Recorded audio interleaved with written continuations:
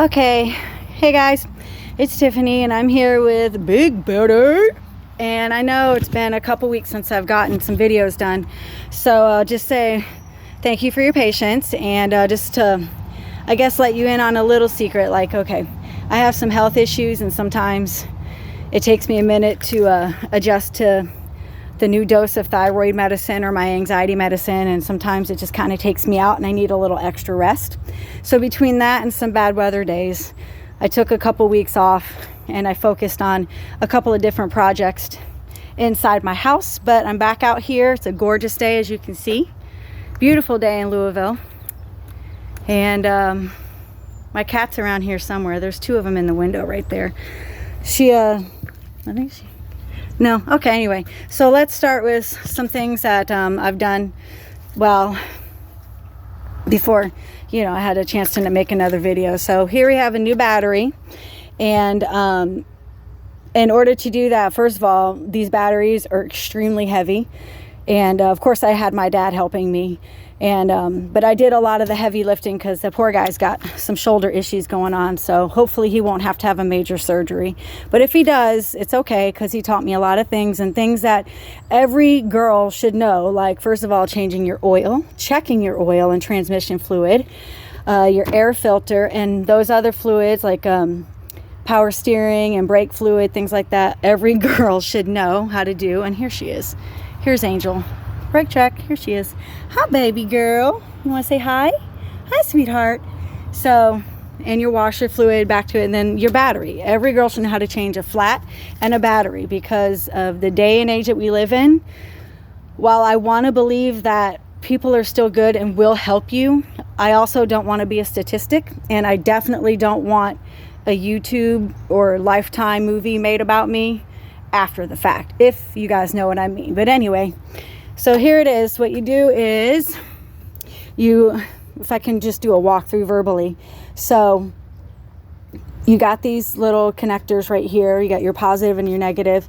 Ew, gross. And you got your little lubricant gel. So you detach those from right here. So you undo this right here.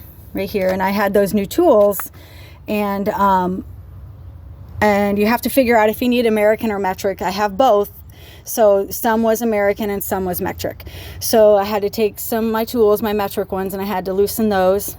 And on the back here, you have this little thing right here, if you can see it, this little nut right there.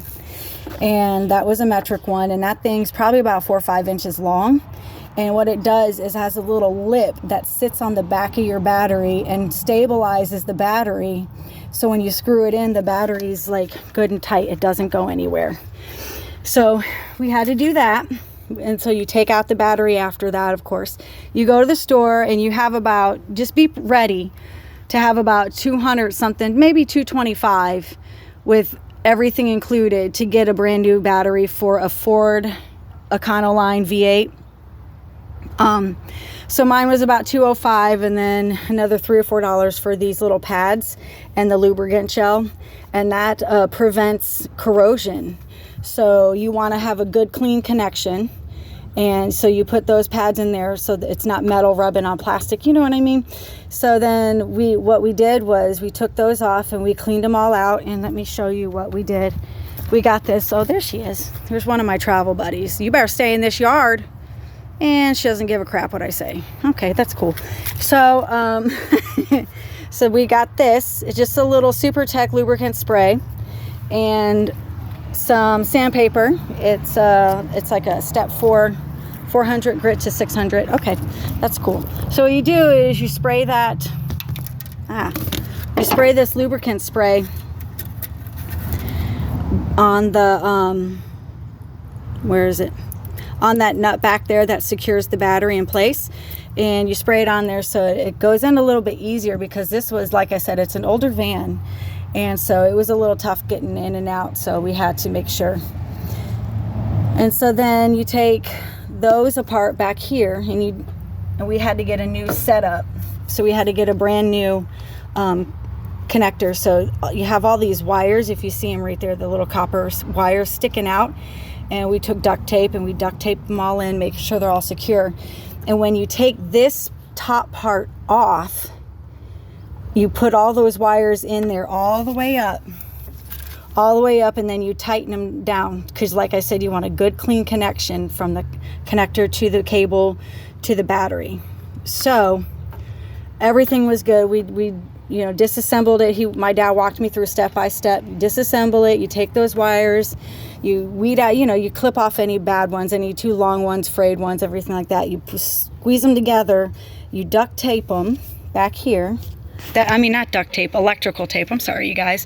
That black tape that fixes everything. Yeah, that electrical tape there, you connect them and you secure this top part back on with the new lubricant pads and things like that. And then you put your battery back in, you secure that nut back down there. Everything's good.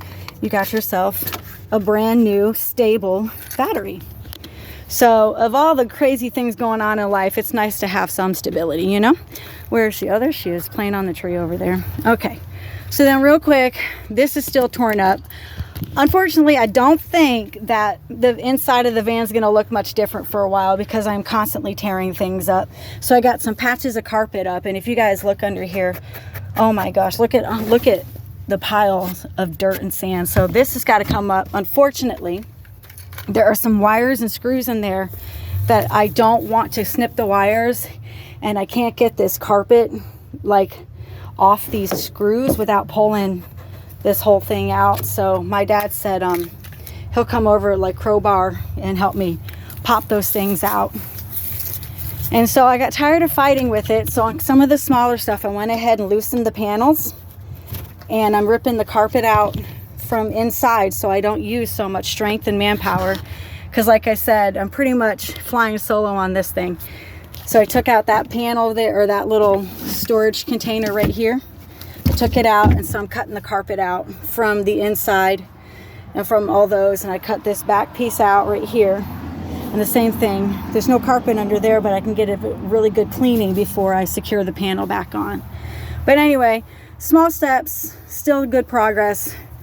Oh yeah, and I found a place where I can get what they call kill mats, and you basically you measure them, and that's the next step. We're going to measure for floor and kill mats.